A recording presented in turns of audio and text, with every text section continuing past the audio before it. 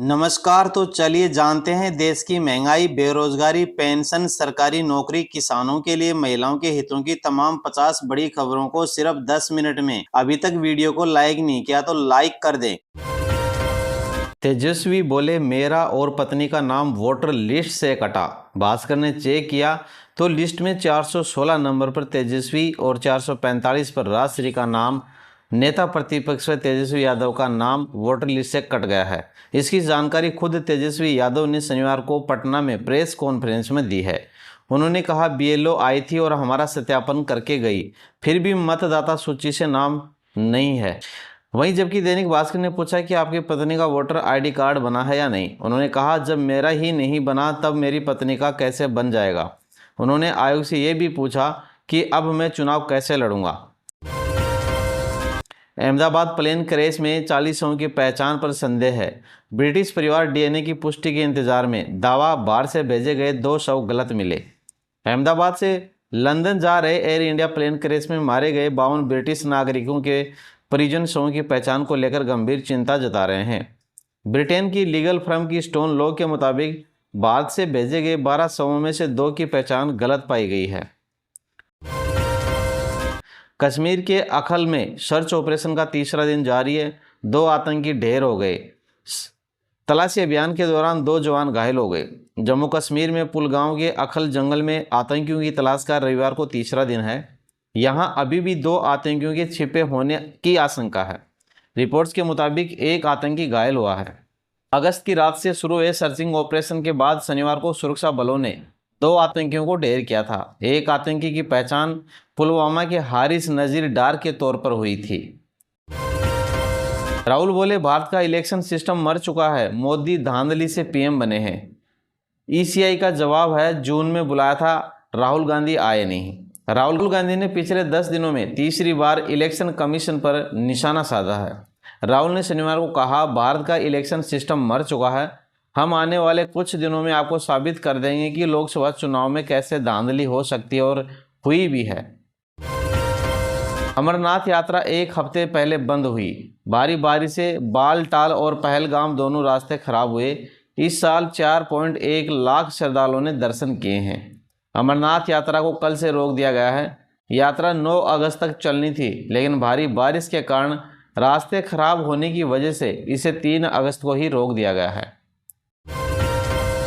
AIIMS में इलाज के दौरान उड़ीसा की नाबालिग की मौत हो गई है। 19 जुलाई को जिंदा जलाया गया था।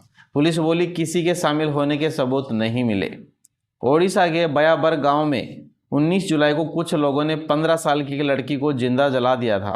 अब इलाज के दौरान उसकी मौत हो गई है। लड़की को गंभीर हालत में पहले भुवनेश्वर और फिर दिल्ली के एम्स अस्पताल में भर्ती कराया गया था। राहुल बोले, अरुण जेटली ने किसान कानून पर धमकाया था, कहा था विरोध करोगे तो कार्रवाई होगी। बेटे ने कहा था कि उनकी मौत के साल बाद कानून आया। कांग्रेस सांसद राहुल गांधी ने शनिवार को किसान कानून और सरकार का विरोध करने पर पूर्व वित्त मंत्री अरुण जेटली पर धमकाने का आरोप लगाया। राहुल ने कहा कि मुझे याद है कि जब मैं किसान विरोधी कानूनों के खिलाफ लड़ रहा था तो अरुण जेटली को मुझे धमकाने के लिए भेजा गया था। हरियाणा में ईवी की खरीद पर फिर सब्सिडी की तैयारी। 2 व्हीलर पर 15,000 रुपये और कार पर 6 लाख रुपए तक सस्ती मिलेगी। मंत्री नरबीर बोले, जल्द मिलेगी छूट।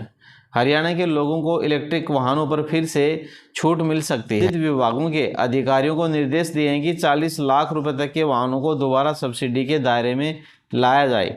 खासकर दोपहिया वाहनों की खरीद पर कम से कम 15% की सब्सिडी दी जाए, ताकि मध्यम वर्गीय लोगों को इसका फायदा मिल सके। पंजाब में जल संकट बढ़ा है। 19 जिले खतरे में हैं। रोपड़ की हालत सबसे खराब है। 1186 करोड़ रुपए खर्च हुए, फिर भी भूजल गिरता जा रहा है।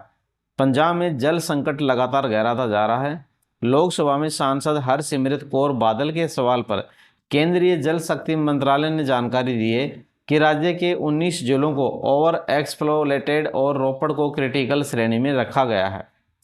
यह वर्गीकरण जल शक्ति अभियान 2025 के तहत केंद्रीय भूजल बोर्ड ने भूजल स्तर में गिरावट, क्षेत्रीय स्थिति और आकांक्षात्मक जिलों के आधार पर किया है। भगवान बुद्ध की अस्थियां नीलाम करने वाला था अमेरिकी परिवार। जोधपुर में केंद्रीय मंत्री बोले, भारत सरकार ने रुकवाई नीलामी, 127 साल बाद देश लौटी। केंद्रीय मंत्री गजेंद्र सिंह शेखावत ने कहा, 127 साल बाद भगवान बुद्ध की अस्थियां अपनी वास्तविक भूमि पर लौट आई हैं। ये अस्थियां साल 1898 में उत्तर प्रदेश के पीपरवाह में मिली थी। इन्होंने अंग्रेजों के शासनकाल में देश से बाहर भेज दिया गया था। इस साल एक अंतर्राष्ट्रीय नीलामी में इन्हें प्रदर्शित किया गया। तब से ही पीएम नरेंद्र मोदी ने इन्हें भारत लाने का फैसला कर लिया था। अमेरिका में रहने वाला परिवार इन्हें नीलाम करने वाला था। काशी में मोदी बोले, सिंदूर के बदले का वचन पूरा किया। टैरिफ वार के बीच कहा, वही खरीदेंगे बेचेंगे जिसे बनाने में भारतीयों का पसीना बहा हो। पीएम नरेंद्र मोदी ने काशी में कहा, मैंने बेटियों के सिंदूर का बदला लेने के लिए जो वचन दिया था वो पूरा हो गया है। ये महादेव के आशीर्वाद से ही पूरा हुआ है। मैं ऑपरेशन सिंदूर की सफलता को उनके चरणों में समर्पित करता हूँ। अगर पाकिस्तान ने फिर कोई पाप किया तो हमारी मिसाइलें आतंकियों को तबाह कर देंगी। उत्तर प्रदेश के जल शक्ति मंत्री स्वतंत्र देव सिंह ने बाढ़ ग्रसित इलाकों का हवाई निरीक्षण किया और बाढ़ राहत केंद्र का दौरा किया। इस दौरान जल शक्ति मंत्री बाढ़ पीड़ितों से भी मुलाकात की। यूपी में ड्रोन के जरिए दहशत फैलाने वालों पर गैंगस्टर एक्ट लागू किया जाएगा और जरूरत पड़ने पर राष्ट्रीय सुरक्षा कानून भी लगाया जाएगा। सीएमओ ने कहा, बिना अनुमति के ड्रोन चलाने पर पूरी तरह प्रतिबंध रहेगा और उल्लंघन करने वालों के खिलाफ कड़ी से कड़ी कार्रवाई की जाएगी।